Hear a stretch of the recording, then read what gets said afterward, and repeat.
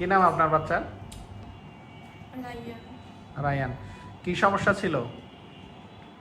তার পিঠে লাইপোমাইলোমেনিঙ্গোসিল ছিল। লাইপোমাইলোমেনিঙ্গোসিল ছিল।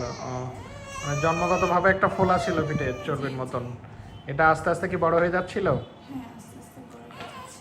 এটার জন্য অপারেশনের জন্য আমাকে বাদে অন্য কোনো ডাক্তার আগে দেখাইছিলেন? হ্যাঁ, পিজিতে নাম হয়েছে, নিউরোসায়েন্সে নাম বিভিন্ন হয়েছে। জায়গায় দেখাইছেন। তারা মানে কি বলছে অপারেশনের ব্যাপারে?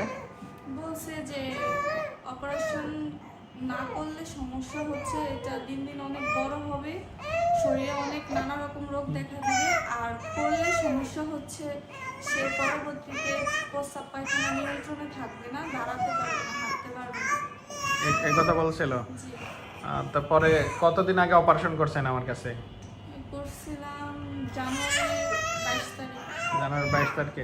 তার পায়ের শক্তি আছে এখন?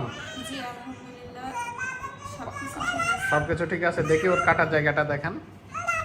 এই যে রায়ান,